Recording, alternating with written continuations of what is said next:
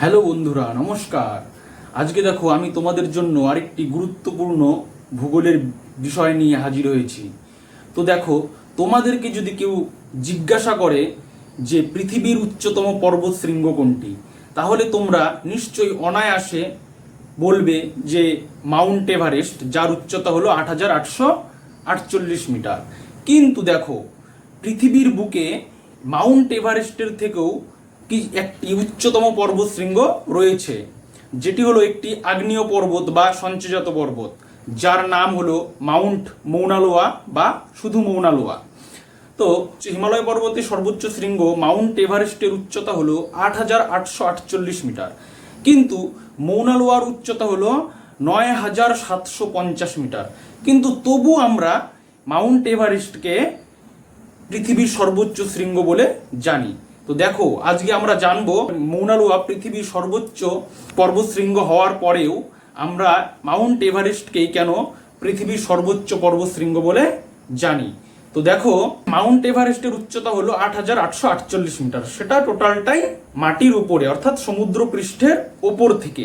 এবং মৌনা লোয়ার উচ্চতা হলো ৯,৭৫০ মিটার। এই ৯,৭৫০ মিটারের মধ্যে ৪,১৭১ মিটার হলো সমুদ্রের তলায়, অর্থাৎ সমুদ্র পৃষ্ঠের নিচে অবস্থিত।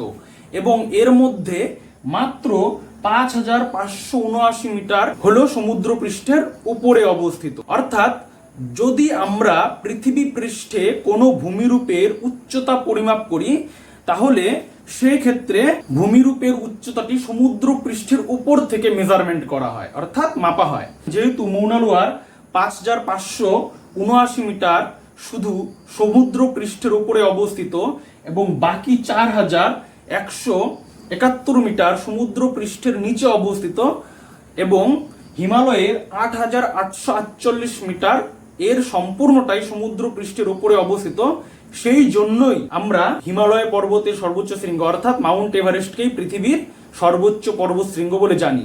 ভূমিরূপের উচ্চতা সবসময় সমুদ্র পৃষ্ঠের উপর থেকে মাপা হয়। আর এখানে ৯,৭৫০ মিটারের মধ্যে ৪,১৭১ মিটার সমুদ্রের নিচে অবস্থিত। সেজন্যই মৌনা লোয়া হিমালয় পর্বতের সর্বোচ্চ শৃঙ্গ মাউন্ট এভারেস্টের থেকে ৯০২ মিটার বেশি উঁচু হওয়ার সত্ত্বেও আমরা মাউন্ট এভারেস্টকে পৃথিবীর সর্বোচ্চ পর্বত শৃঙ্গ বলে জানি।